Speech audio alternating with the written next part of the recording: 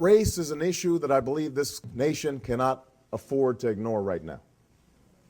We would be making the same mistake that Reverend Wright made in his offending sermons about America, to simplify and stereotype and amplify the negative to the point that it distorts reality. The fact is that the comments that have been made and the issues that have surfaced over the last few weeks reflect the complexities of race in this country that we've never really worked through. A part of our union that we have not yet made perfect.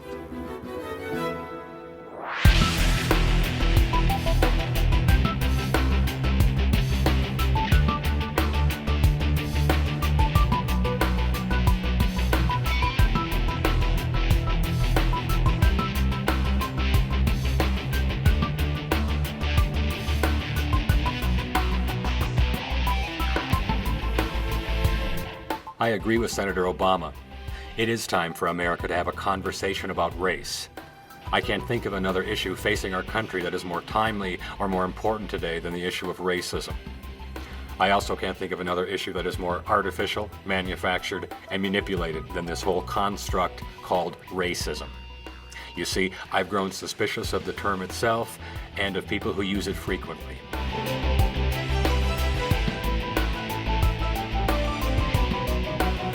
As I'm learning, the term racism in common usage today has a sharply different meaning than what its believers say it means.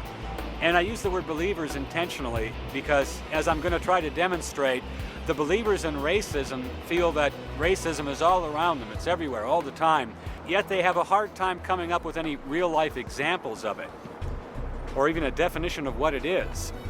This phenomenon, or disconnect, was one reason I decided to look a little more closely into this.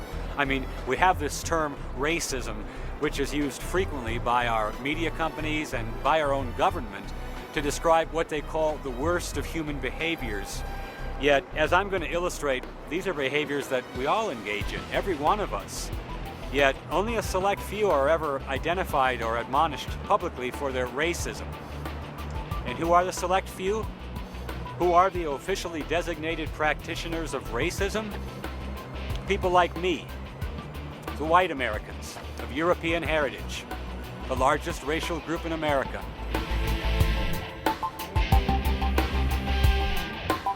And this is what I'm going to demonstrate. This construct of racism is not an objective term. It has no concise definition. In fact, it's used too often as a tool of intimidation, like a hammer against Caucasian whites. And so for my demonstration, I'm simply going to interview some of racism's believers and look for inconsistencies. And finding believers is easy. I ran an ad in Craigslist for interview subjects under the heading of Ending Racism Now. We'll also stop at a busy street corner in downtown Denver and stop random passersby for their opinions on the subject. From there, I think we'll be able to determine what the conventional wisdom on racism really is, glaring contradictions and all. So those are my intentions. I'm not trying to make anyone look foolish, but the conventional wisdom on racism is so convoluted today that sometimes it's unavoidable.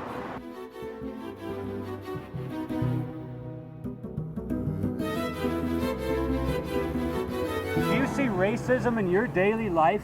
Every day. Every day? Every day. Do I see racism in my life? I see it every day. Every day. I see racism in my daily life almost every place. In my daily life. Do you see racism in your daily life? Yeah, a lot. A lot? Yes. It's still here. It's still here. It's still here. I see racism in my daily life pretty much typically every day, you know. You see it every day, like if you walk into a company and you're the only black person there, or you're the only Asian, or the only gay person, or the only Muslim person. It's not very diverse. Do I see racism in my daily life? I do. I experience it in subtle ways, especially because of where I live. I've lived in other cities where it was more overt, but being in Colorado, everything it's like a subtle undercurrent. I moved away from Denver when I was here before because I felt that Denver was racist, but then I found out all the cities are racist. Phase 1 complete. Racism is everywhere. Now I'll ask the other question.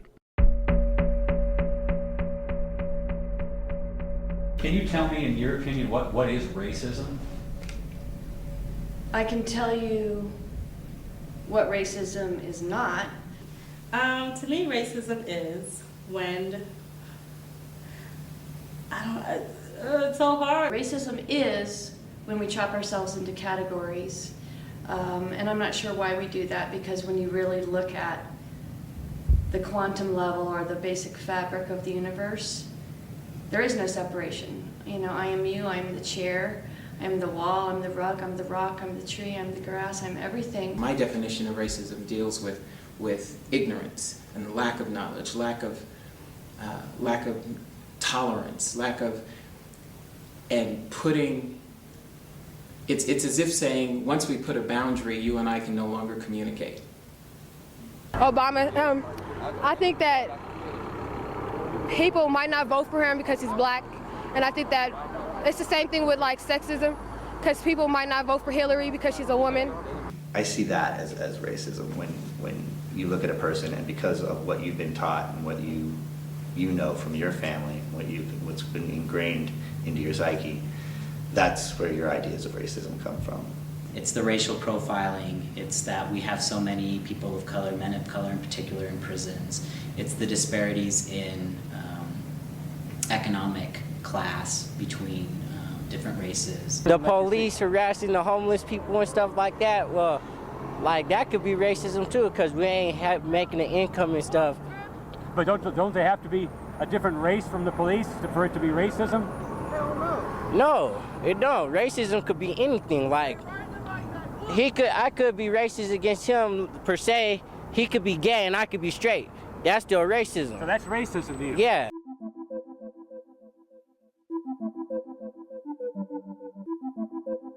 That's what I mean by disconnects. I can't think of another word that's more common in usage today, yet so vague and even contradictory in meaning. Can anyone be blamed for being a little leery of such a flexible term? An actual definition of the term would be an important part of any conversation about race, but there isn't one. Or let me put it another way. There are hundreds of subjective, highly complex definitions, some of them paragraphs long. It seems that even our own wordsmiths are having trouble with this one. Some of the more readable definitions include this one from Wikipedia. The term usually denotes race-based prejudice, violence, discrimination, or oppression. Notice anything peculiar about that definition?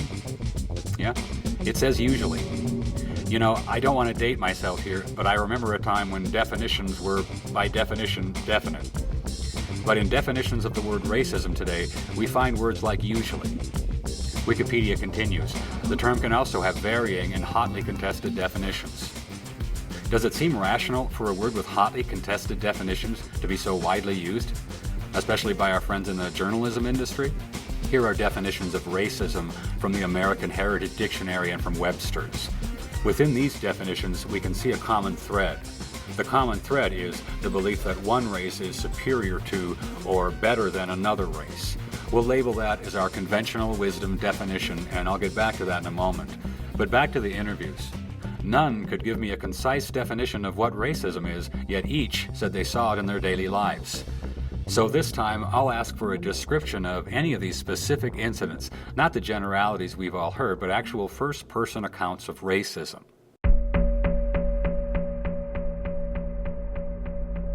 Ooh, example. Ooh, man. Example. Oh, I guess, I'll give you an example. I went to a local community college library to use a computer because I haven't gotten into an apartment yet. I'm returning to Denver. And I noticed that one of the guys that worked in the library, he's staring at me. He's pretending he's going to get coffee, but he's staring at me while I'm using the computer. So then when I leave, he and one of the other librarians, they say to me, well, goodbye now. Like, it gave me the impression they were saying, like, good riddance now. I take the light rail to school every day, and maybe a black person was being loud. And my automatic thought is to think, you know, black people, they're so loud, you know, or black people this or black people that. And it's wrong, and I realize it right away, but it's just the culture that I grew up in, this white culture, and racist culture that we live in, it's just bound to get you in one way or another. For example, I see how my friends have to struggle, my friends who are people of color have to struggle with just getting through the day and dealing with the people that are in their lives or at stores who are giving them a hard time. Say you have a white person come in, they'll greet the white person, and then a black person walks in and they'll get on you and ask you, is there something I can help you with? Can I find you something? Can I interest you in something? They'll pay more closer attention to the black person. Sometimes if I go in the store, I've seen women like snatch their purse from one side of their arm and put it on the other side and look at me with a tight face, you know, so it's kind of hilarious, you know, knowing the kind of person I am, but then to see that reaction from other people, and sometimes it hurts. I mean, when you get a hateful reaction out of people that you don't even know, you know it's racism. At least I do. I live in Lakewood, pretty white.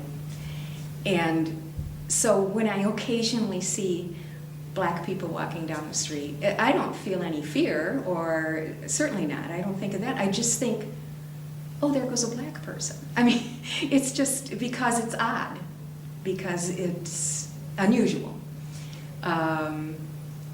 So I think that's, in a way, a kind of racism. Like if I'm at work and I'm talking on the phone with someone and I'm talking with a coworker who is not black or whatever, they say, oh yes, sister, I understand what you're saying. And it's like, why would you, are you saying that to me because I'm black? Would you say that if you were talking to like an Asian person? One example is there are more people, like let's take the job sites for instance. Okay, if you got 10 black people going for a job, I say maybe 2 will get considered for that job versus 5 white people. And that means any job? Any job. I have a vivid recollection of being in a ski lift line, teenager, and you know, people are talking back and forth, and I made what I thought was a curious comment, and this family who was in front of me, the father turned around and looked at me, and as soon as he looked at me and realized that I wasn't just like him, he just sort of like, his face froze, everything just, and then the whole family just, everybody stopped laughing because it was obviously immediately not funny. Sure, when I was a child, I came up to a water fountain, and the teacher, I put my lips to the water fountain, and the teacher said, Lane, don't do that. Black people do that. So there I am, I'm a young lieutenant in the Army, and I just got through digging a foxhole with a black lieutenant. And we just dug really deep, and it's hot, and we're sweating, and we're tired. And I take my canteen, and I open it, and I take a drink. He takes his canteen out, and it's empty. Now that's a crisis. What are you going to do? Yeah. And you look at this individual next to you, who's now your comrade at arms, and is going to fight and bleed for your country with you, and you got the same blisters, but he's completely different. And you look at him, and he's got much larger lips, and there's a message in your head that says his lips are dirty, because he might have sucked on a water fountain. What the shit is that? And you look at him, and you make a decision. Right then and there, you say, is he my brother in arms, or is he black? Which decision did you make? I handed him my canteen, and he knew because he was from South Carolina, and he looked at me, and he said, you want me to use the canteen cup? Because he knows. And I said, no, you're my comrade in arms. And he drank, and he licked his lips before he drank, because his lips were dry. And he handed it back to me, and he watched me. And I looked at him, and I drank. And you swapped spit with him? In essence, we swapped spit. I mean, what are you going to do? You share a canteen, and I swap and spit. And at that moment, I realized how much racism was in there. Insidious. Well, I am from the South, and every now and then my accent will come out a little bit. And people tell you look a little bit like Bill Clinton? Mostly black. Really? Give me an example of the type of racism you see? Yeah, for one, when you in a car accident or you go to court, sometimes you're just overpowered because you're white, and there's no help for a black. I notice it in the way people respond to me, the way they respond to my children, the way they respond to my husband and I. We're a mixed couple. And so when we go places, I notice people, I notice their response is different to us. Either they'll stare longer or they'll be overly friendly. It's as if they're trying to make themselves more comfortable with us. I date interracially.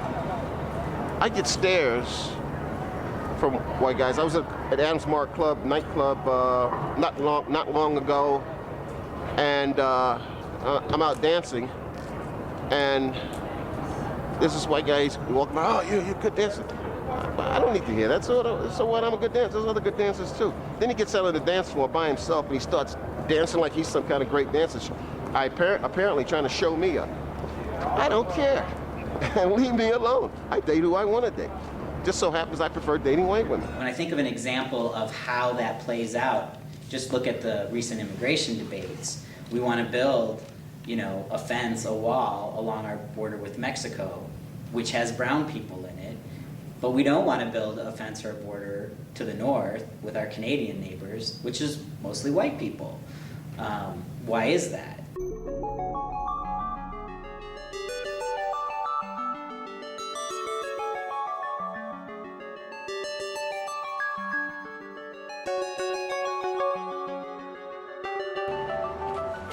So when I asked people who said they saw racism in their daily lives to give me an example of it, two couldn't.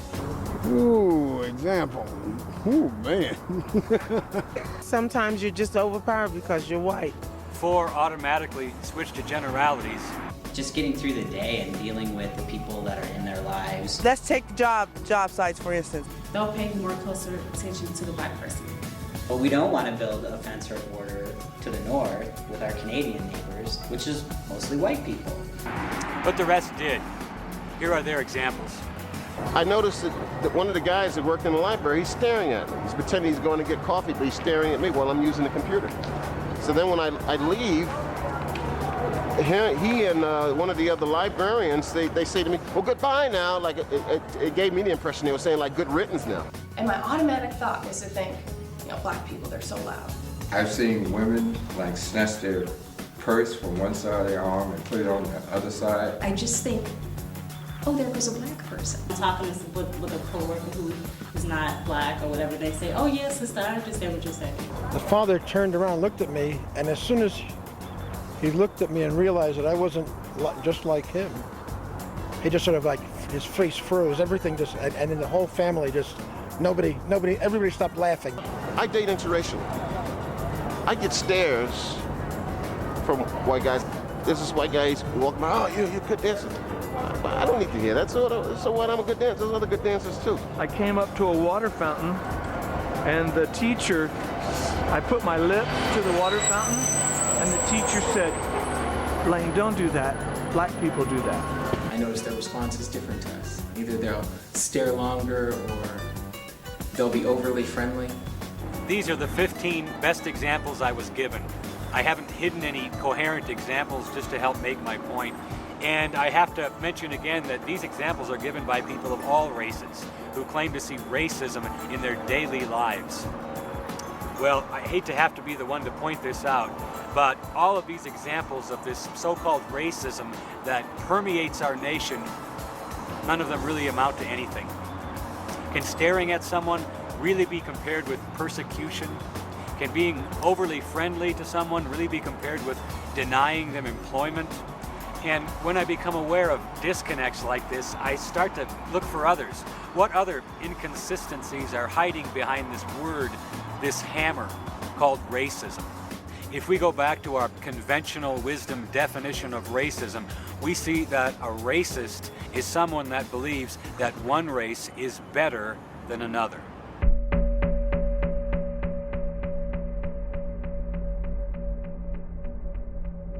What would you say to someone that said blacks are better basketball players than whites on average?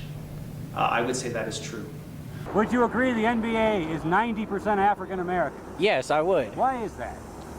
Because they think that we're black, that we're better at athletes and stuff like that. As it is now, yeah, I would say that black men are better at basketball than white men. Okay. Because of the results that we see. Because of the results that we see. I mean, I thought that if a white person has the skill of a black person, they could be on the basketball team. I'm not that well acquainted with it in terms of the racial, how it's occurred that the racial makeup of basketball teams is as such as it is. I have always believed it probably had to do with their skill of the game. Well, that wasn't too hard. Most people have no problem with saying that blacks are better at basketball than whites, even though that does fit that common thread among definitions of racism. See the disconnect? So I guess it's okay to say that one race is better at something than another, as long as the one race is never white people. And if you think I'm kidding or maybe paranoid, let's see how many people would be willing to state that white people may be just as skillful in other areas as blacks are at basketball. Are black people overrepresented in basketball? Yeah, I think they are. Why? They're probably better players.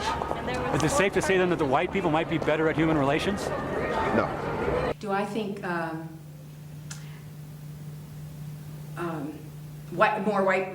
there are areas where white people excel and it's due to their skill and that's why more white people are in those areas?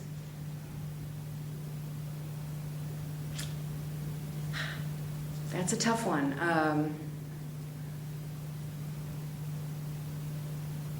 I think it could be true, but I don't know what the areas would be. Are white men better at keeping jobs and paying bills than black men? Now that just opens up a whole bag of tricks. That just throws in socioeconomic status, racism, culture, everything. Now, the point I'm going to notice, Tina, was that when I asked you if black men were better at basketball, you gave me basically a one-word answer with a couple of qualifiers. Right. If I asked you if men are better at holding down a job, I got 3 paragraphs. Right. Can you see maybe a different standard that you assign to blacks versus you assign to the whites? No. No? No. Even though you gave me a yes, blacks are better because of the evidence. Mm. But whites, even though the evidence shows they're better at this, we've got to back up and we've got to really consider this more. Yeah. You don't consider that any kind of a double standard at all? No, I wouldn't call it a double standard at all. So the conventional wisdom is that it's acceptable to acknowledge the skill and ability of certain races in some areas, but no one can seem to find any areas where white people demonstrate their skill and ability. It's another one of those disconnects. I mean, who can deny it? In areas where people of color excel, we credit them for their capabilities. But how do we view areas where whites excel? We condemn them for their racism. This double standard is a clear example of how the conventional wisdom on racism has become itself a form of anti-white bigotry. And I'll demonstrate this by asking about an area where white people do well.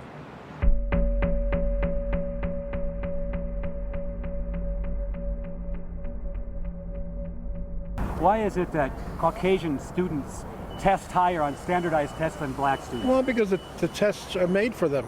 The tests are made for the Caucasians? Oh, yeah. The best thing you can do in school is be white, because that's the easiest way to get through. And primarily, most people who get through school who are white don't ever learn anything.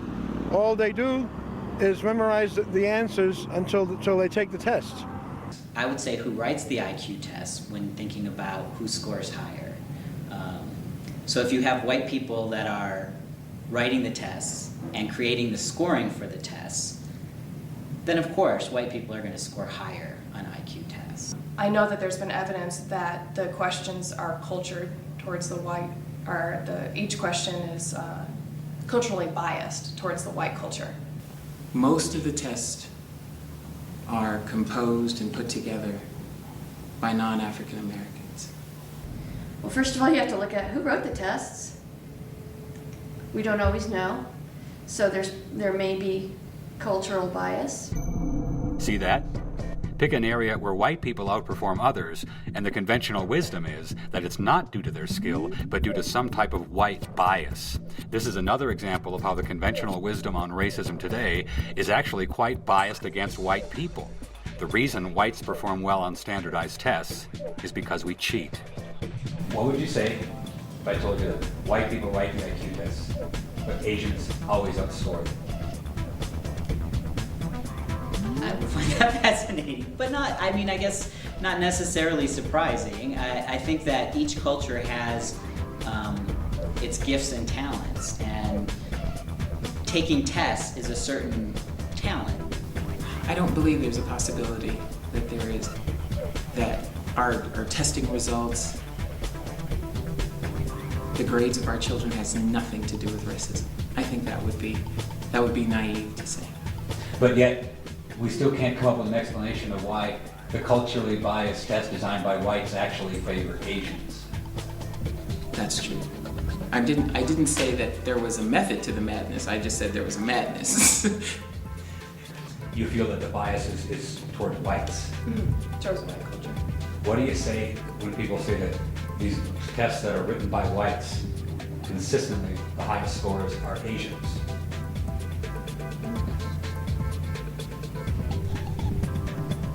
I guess I don't know that statistic.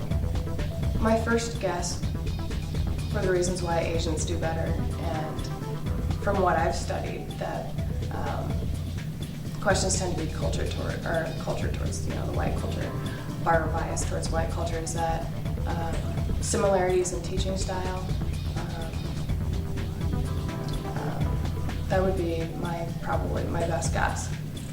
But even if there are similarities in teaching styles, wouldn't the whites, they're culturally biased towards the whites, if they were culturally biased towards the whites, wouldn't the whites still be the ones exceeding?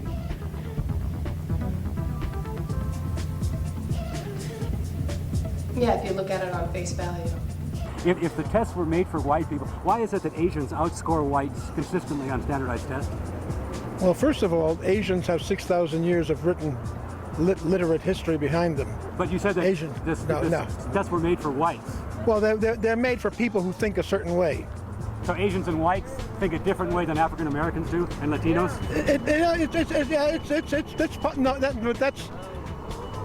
There are different ways of thinking. Different populations represent those ways of thought and cultural congruences different ways. I'm trying to get back to my original point. You said that the tests were created for whites. I said that Asians outscore them, and you said the reason why is why? Well, I don't think we have time to cover that right now. This is the unchallenged, disconnected outlook that passes for logic in many of the mainstream of our culture today. If you ask today's believers in racism why it is that whites outscore some others on standardized tests, the most common answer will be the cultural bias theory. Now, if you're rude enough to point out that the fact that Asians have been outscoring whites for decades discredits the whole cultural bias theory, well, believers won't be bothered by pesky facts. Ask them again tomorrow the same question about why whites outscore others on standardized tests, and the answer will still be cultural bias. And this illustrates the dogmatic nature of the believers. I just can't accept this logic anymore. So I'm going to ask some more questions about racism. But what I'm looking for are more of these disconnects. Is it important for white kids to learn about black culture? Of course it is. In this culture, all we learn about is European American history. Black history is taken out of education. What would you say about celebrating February's Black History Month? Is that an example of white culture? An example of white culture celebrating Black History Month? Who celebrates it is my question. Doesn't the TV promote Black History Month? Doesn't the Idiot Box promote Black History Month? You know what that is, if you don't mind me saying? That's a jerk-off. It's a jerk-off. Black people, Hispanic people, they're forced to learn about our culture, and we're not forced to learn about their culture. And it's sad. I don't think so. If 66% of the population or the audience, TV audience is Caucasian, and they don't have a channel that specifically emphasizes their culture, but yet Hispanic and African Americans do. That's a really hard question. We don't study the history of slavery in Africa. We do study the history of slavery in Africa, but we don't. It's more, we study facts and what happened. We don't learn stories.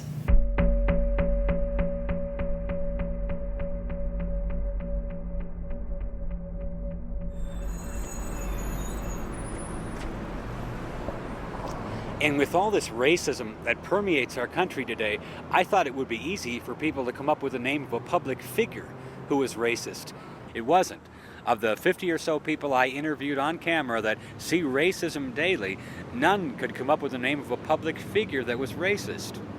I had to offer a suggestion myself, admittedly to stimulate conversation.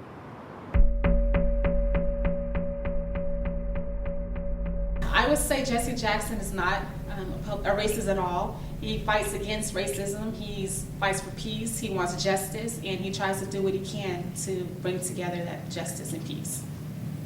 And he wants people to be united as well. As far as Reverend Jesse Jackson using racism as profit, like I say, he's a man, a good man, and he has done some things that, we probably aren't proud of, but he sticks by what he does. Do I think Jesse Jackson is a racist? I guess I don't. I guess I don't. I think he's an advocate for black people, and I was going to say his people, and that's an important role, but I've never thought of him as a racist. So you said that being an advocate for his people, for black people, is a good thing. I do think that. Can you name an advocate for white people?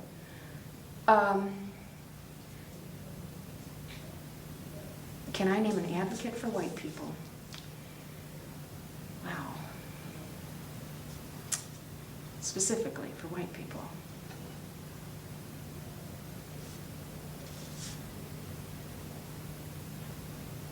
Catch that? Being an advocate for one's racial group is an important role, as long as one's racial group is not white people. The very idea of being an advocate for white people is offensive, mostly to those calling others racists. I got the impression on the mall, they have Nicollet Mall in Minneapolis, that it's like this mall here. They want to keep black people off of the mall. There's a lot of white guys up and down the 16th Street Mall that are soliciting, and that pisses me off, because I've been at one point in my life where I was penniless and didn't have anything. I never panhandled. I never begged for money. And that pisses me off. So I told the guy who solicited me yesterday, happened to be a white guy. If he was a black guy, I'd be pissed off too. I told him, I said, I think the welfare department is right down there. And that's another thing that pisses me off. I did everything I was supposed to do, never broke the law, always tried to work for a living, and I still get treated like a second-class citizen. I risk my life for my country. Who's treating you like a second-class citizen? Mostly white males. I do believe that our culture is racist. Who's it in benefit of? White males. White males? Yeah. You mentioned the racism. Where's the racism in this? The racism is he's paying particular close attention to me because I'm in the company, my girlfriend's white, and I'm in the company of a white woman. This isn't a dance club? Yeah. A disco? Yeah. But can you ever see a situation where African-American men might try to intimidate white men in that same situation? Yeah, but not as much. Not as much? It doesn't happen as much.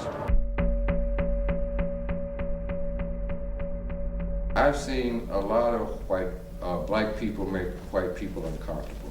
And sometimes, I don't know if it's so much racism or sometimes it's just that they want to get back at what they consider to be the man.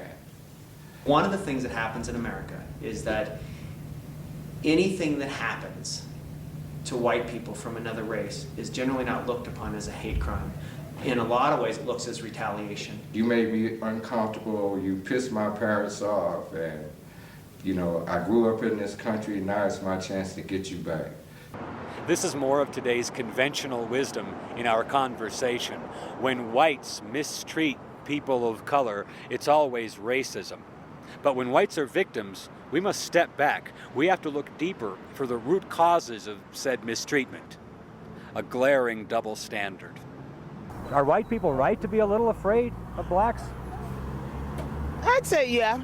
Yeah? They intimidate them because now it's more interracial. It's kind of, I don't know. No, wait a second. The Filipinos are all looking for money. And what did you say, the other one? Like Jewish people, they're cheap. Everybody has like their own stereotypes. Give me some more of those. I don't know. I can't. Black people. Black people were criminals.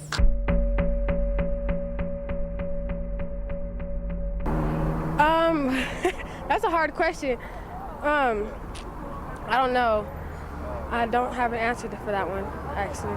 If I were to hear someone say African Americans are committing more crimes than whites, I would not be offended because it's true. I see it on the news. When you turn on the news, it's mainly an African American who intruded a home, did a drive-by shooting, gang-related drug bust.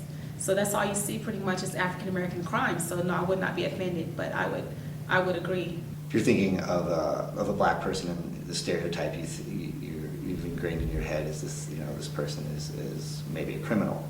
Why do African Americans get the bad rep? Because we do the most crucial stuff right here. We're just like on that point where like, if we want to do something, we'll do it and not think twice about it and just go out there and do it again and again, or do it even more worse than we did before. African Americans are involved in gangs, they're involved in drugs, they're involved with just the street life. If someone were to feel that blacks are more criminally inclined than whites, would they have any justification for that? Unfortunately, I think yes. I don't feel like I had to go through all this racism stuff because I'm African American. Now, what would you say to the guy that says, hey, you know what, African Americans commit half the crimes in this country. Of course we should look at it more carefully. Damn. I mean, we do some crime around here, but I'm not going to say we do half of the crime. Yeah, African Americans are like that, but it's not all African Americans around here doing all the crime like that. You know, there's all sorts of other ethnicities that do all that. If you were a taxpayer, I was a taxpayer, and you heard about somebody breaking into a house, how would you feel if you saw the cops beating them down? On some real shit, I don't know. I'll probably try to tell them to take that to the courts, because I don't see how they gonna beat somebody up. Yeah, they broke into a house, they was in the wrong doing, but at that same point, you can't just beat somebody up because they broke into a house. How about if they broke into your house? If they broke into my house, I promise I'll kill them motherfuckers. Now, what would you say to the guy that says you're making the definition of a criminal? Well, I already know I'm a criminal. I've been locked up since I was 11. But you say the cops are racist, but yet you're saying you're a criminal. I'm a criminal, but yeah, on that same note, when we're not doing nothing, that's when they want to come up here and fuck with us. Most of the violent crimes are committed by white males. I mean, who are all the mass murderers out here? They're not black people. All of the mass murderers you're saying are white? Majority of them are white, or Hispanic. How about the majority of the armed robbers and the rapists? Aren't they black? No. No? I don't think so. A common debating tactic of the believers is to flat out deny facts that we all know to be true. When Martin employs this tactic, he places the burden of proof upon me, knowing full well what a distasteful job it would be researching rape statistics.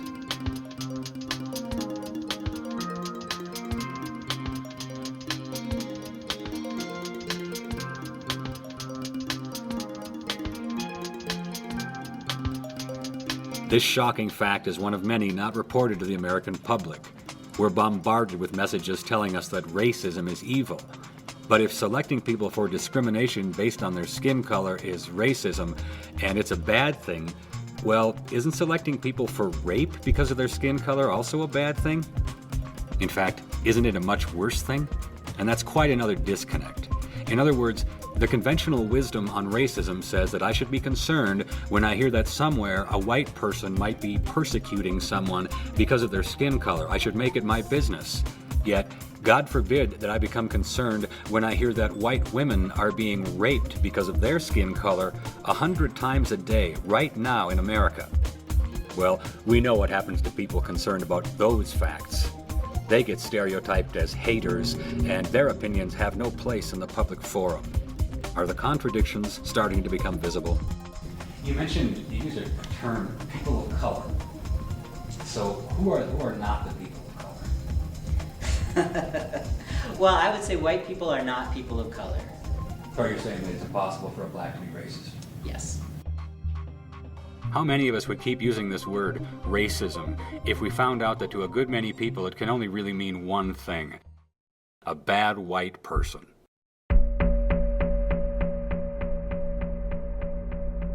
Have I been a racist? I like to think not.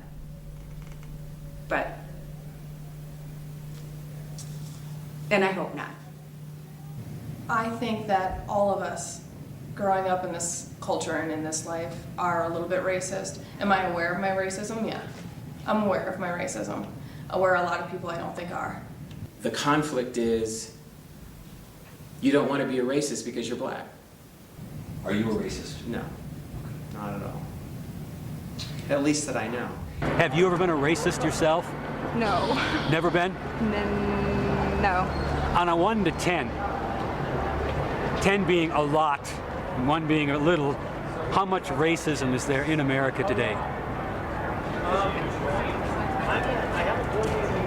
I'd say about a 9. About a 9. So you feel racism is just everywhere?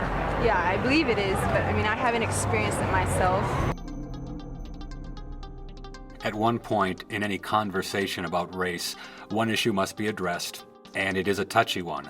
But the answer to this question is paramount if we want our conversation to be objective. America never was a white nation. Never? Never. It was never a white nation.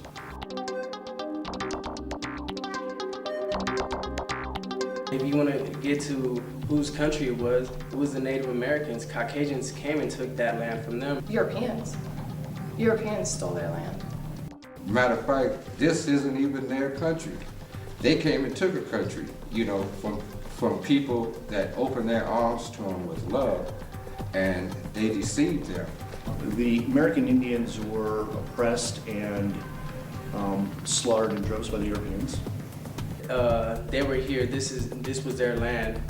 I'm not sure how they got here or if they fought anyone. What would you say to somebody who said every founding citizen of the United States of America was white? I think that's a tough one. What would you call a nation where every single citizen was white and where immigration was restricted to white Christians? Would that be a white nation? Why does this matter? Are we a white nation any longer? Once again, because of the disconnect, because of the anti-white bias that lies within the conventional wisdom on racism. Once again, if you accept the fact that America was founded as a white nation, then you must also accept the fact that her founding principles, which separate America from all other nations, were also developed by white men, not by a multicultural rainbow. And this fact drives the believers crazy. You see, it's okay to blame whites as a race for fuzzy historical discriminations, but it's a cardinal sin to credit whites as a race with anything. Your forefathers came over and they did their dirty deed and took most of the land, deceived most of the people, and the rest they killed. Now this is fascinating. Paul has absolutely no problem saying to my face, rather forcefully, that my forefathers came here and did their dirty deed. Now, the fact that he's completely wrong is so easily overlooked by today's believers, and I'll get back to that in a minute. But what is telling is that Paul has absolutely no problem with assigning collective racial guilt to all white people for presumably the way the American colonists treated the Indians. Can you see the contradiction? It's acceptable today to assign collective racial guilt to all whites for the actions of a minute fraction of them hundreds of years ago. Would it be acceptable today to assign collective racial guilt to any other races, for example, to blacks, let's say for the crimes that they themselves committed in this decade alone? Well, no, that would be racism. Get the picture? And just to clarify, I can trace my earliest ancestors here in America to the 1870s, after our Civil War. No forefather of mine ever killed an Indian or owned another human being, ever. And I'll suggest that there's a large group of white Americans just like me in that respect. We have no blood relatives that ever practiced ethnic cleansing or slavery, yet so many seek to blame us for it. They seek to blame us for crimes our forefathers never even committed, and yet excuse and ignore other racial groups where crime is rampant today. Huh? But I digress. When we talk about Europeans stealing the Indians' land, I have to ask, which Indians are we talking about? White people aren't the only people who killed folks for their land.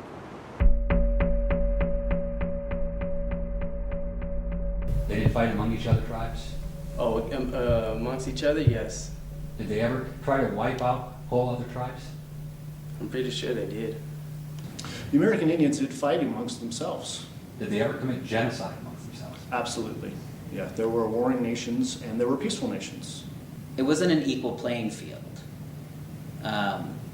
And what I mean by that is, so when the Indians were conflicting with each other, when the tribes were conflicting with each other, they had similar ways of fighting each other, bows and arrows, spears, fighting, rocks, you know, whatever. And then white folks came across and they had different types of technology. Do I think that Indians killed each other for land before they arrived? I believe that, yes, that the different tribes fought back and forth.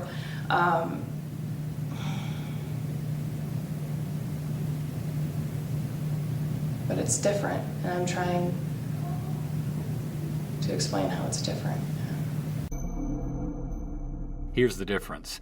Believers apply one set of standards to whites and another set of standards to everyone else. Isn't what the Caucasians did to the Indians the same things what the Indians did themselves? Yeah. They gave them a taste of their own medicine. Look, every racial group, ethnic group, just about any other group you can think of today has advocates. Every group, that is, except white people. Don't believe me? Go to any university today and count the classes and approved organizations dedicated to the advancement of specific races or ethnic groups. You'll find thousands, each dedicated to their own race, except, that is, any groups dedicated to white advocacy. There are none. And that's a major disconnect. I mean, let's break it down. Hispanics can be pro-Hispanic without being anti-anybody. Jews can be pro-Jewish without being anti-anybody. Blacks can be pro-black without being anti-anybody. But with whites, it's different. White people cannot be pro-white without being anti-everybody else. And that's a large disconnect. Can you see why I'm leery of the conventional wisdom on racism? The only positions made available to white people on the subject of our own race is indifference or supremacy. So are there consequences to all these disconnects? How would the fact that all races are allowed advocates except whites manifest itself over time?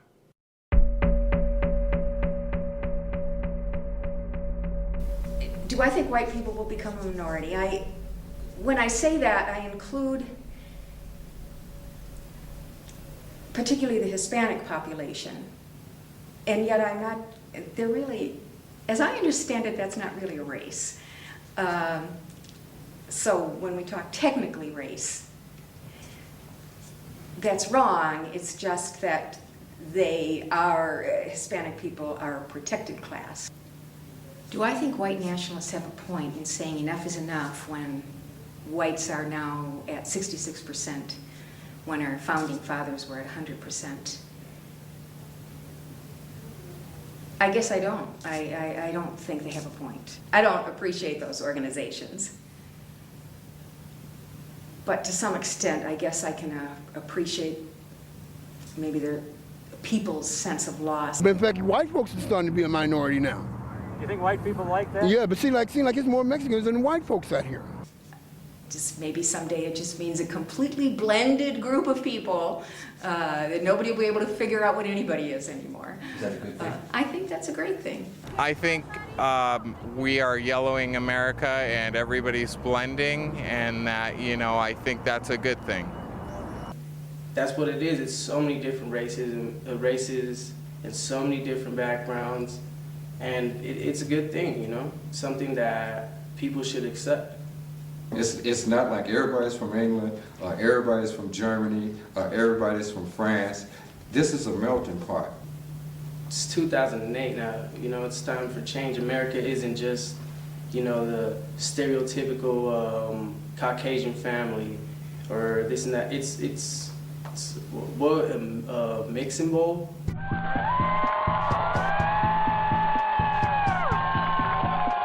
So let me see if I understand the position of those here illegally from Mexico.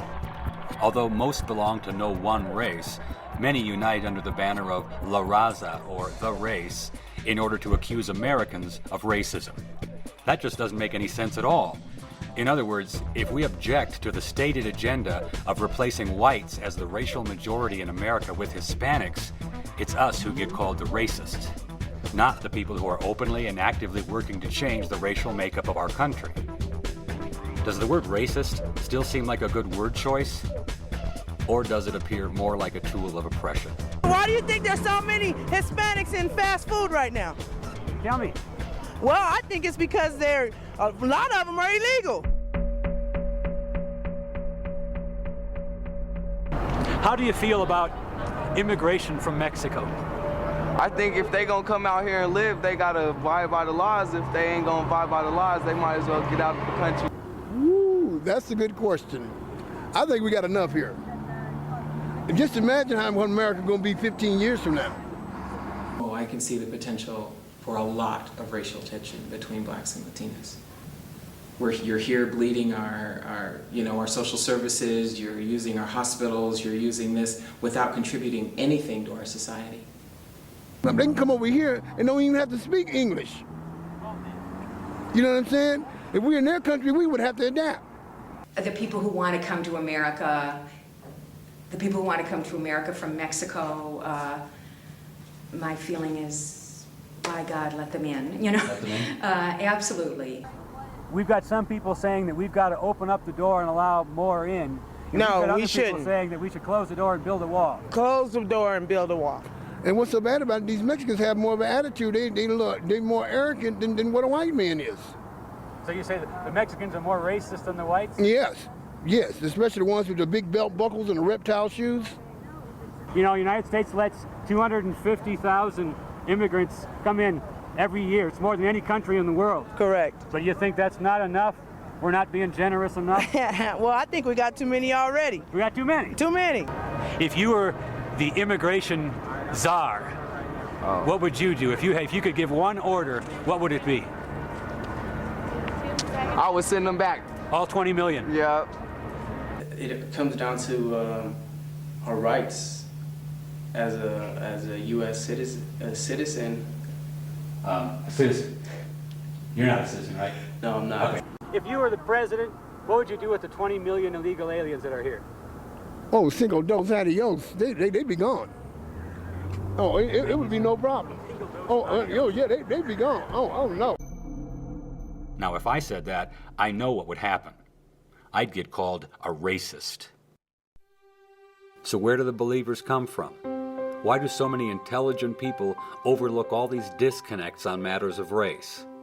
I think I know the answer, because I used to be one. Like many others, I was trained to be a believer. I remember it well, the day I got my training on the subject of racism. I was in the 5th grade at one of many Jefferson elementary schools in the Midwest.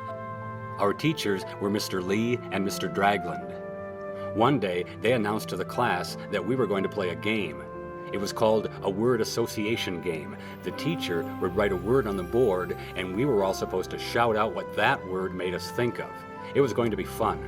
Mr. Lee began, and he wrote on the board the first word in the game. The word was white, and he pronounced it white. And we responded with words like clean and pure and honest. And as Mr. Lee was noting them on the board, we added more. Words like good and fair and bright. And then it was time for Mr. Dragland to choose the next word in the game. He wrote down the word black, but he pronounced it black. Almost angrily, he said, black. And we responded with words like scary and dark and evil. He wrote down our answers as we tried to think of others. Words like empty or mean or dirty. And then we all got the surprise of our young lives. Our teachers were looking at the board, but then they turned to us, and Mr. Lee announced, "You're all racists." We were stunned. When one of the kids challenged them, he said, "I'm not a racist. I remember Mr. Lee saying something pretty close to, 'These are you kids' words, not ours. And frankly, we're both disgusted with all of you.'" The game had obviously ended. The classroom was silent, except for a couple of kids quietly crying. And for the rest of the day, and for the first time ever, we all got the silent treatment from Mr. Lee and Mr. Dragland. They were disgusted with our racism, and I never felt more ashamed of myself. And from that moment, I swore that I would change. From that day forward, I would believe that I am, by nature, a racist. So I ask you now, what is real? I mean, if racism were a real issue, then why do public school teachers have to trick children into believing in it? It makes you wonder, what is real?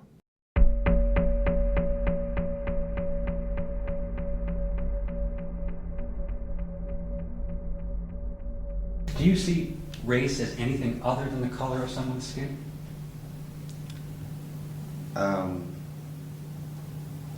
I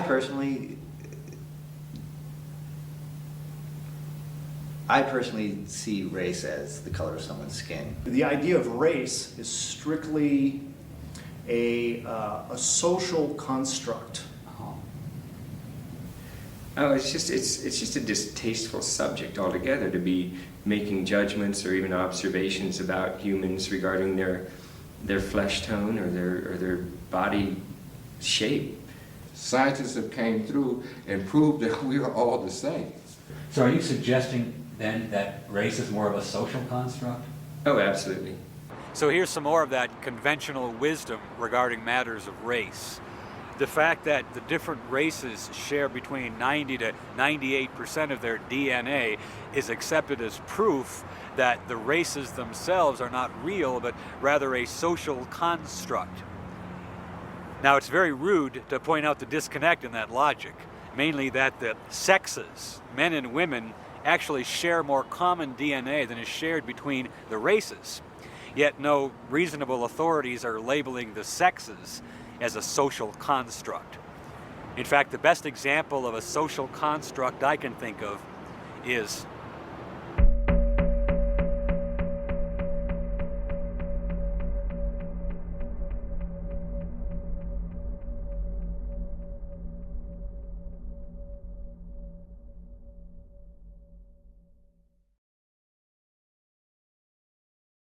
We got to work too. Well, I mean, isn't affirmative action No, specifically it's not for working. blacks? Yeah, it was affirmative action, but it's not working the way that it's supposed to work. They hire a black female and say, yeah, we hired a minority and we hired a female. We got to Kill double two up birds with minority. one stone. Yeah, Okay. and the black men are left out in the cold. I was born female and have been living somewhat as a male for about 10 years. You mentioned you had a teenage 14-year-old daughter. Son. Son, I'm sorry, I got confused. Yeah. Biological? Yes. So I gave birth to him before I transitioned. For example, a city like New Orleans or Chicago, some people will call them black cities. They overwhelmingly vote for black politicians. Yeah. Is that evidence of their racism? I think they just want to see their own race come up. You said you see racism every day. Can you give me another example? Another example? Oh, I'm fool, man. But really not, I really don't see it that much in this town.